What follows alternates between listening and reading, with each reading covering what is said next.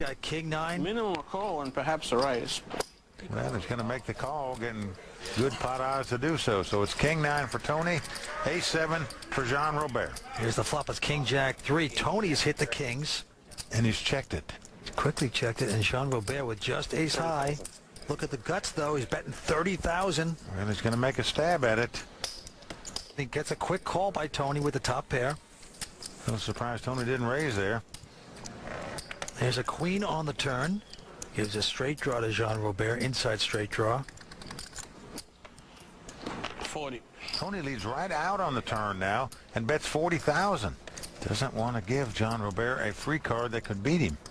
Both players have a straight draw. A 10 would make them both a straight.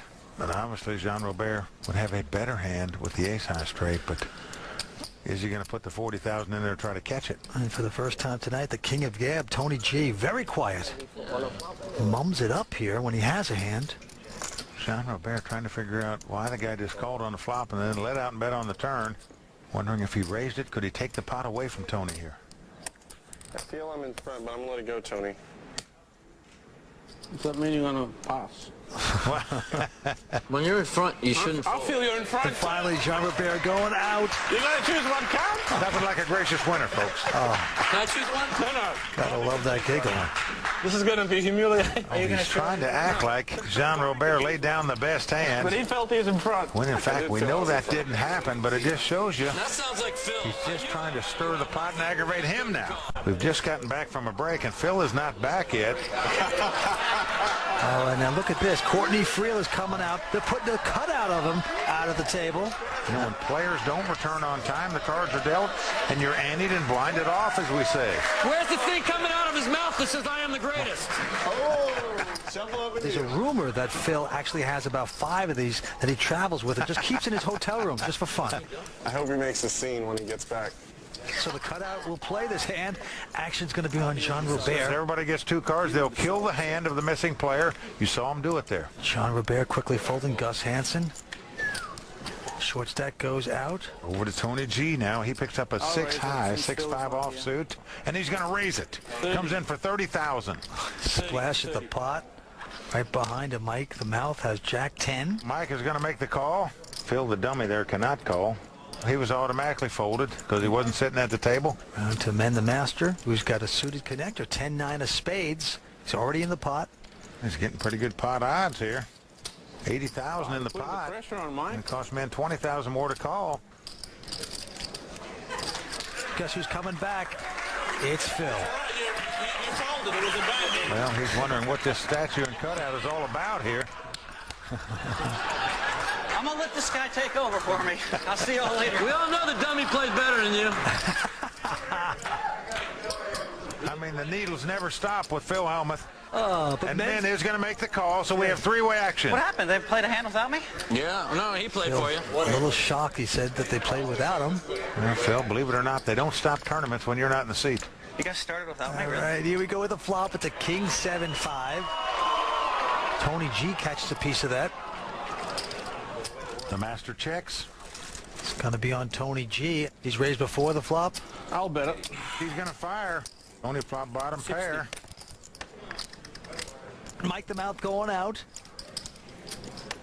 And men out as well. So that's going to do it. A nice little rush here for Tony G.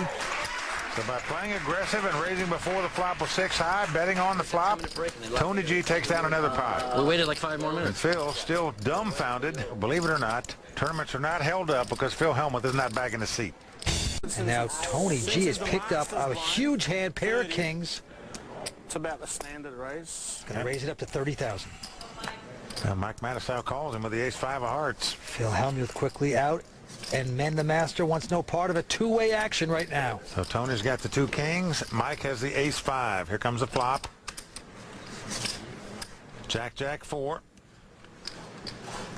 Action's on Tony.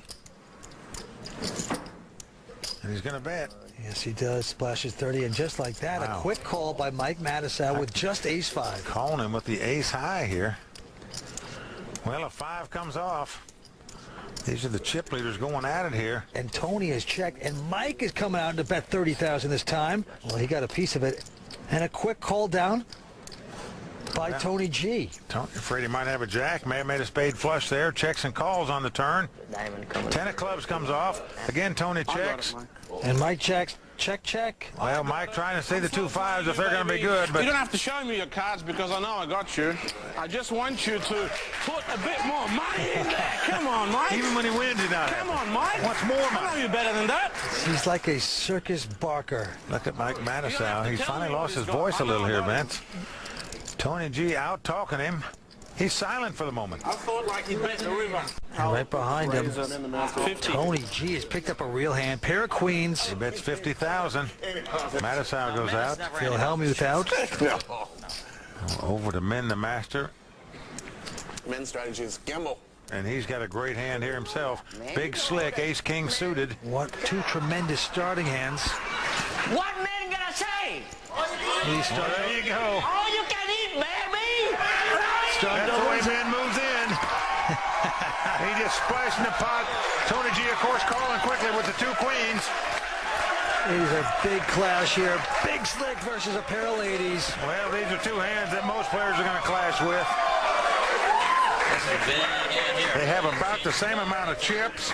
Over 560,000 in this pot. Whoever wins it will be our chip leader.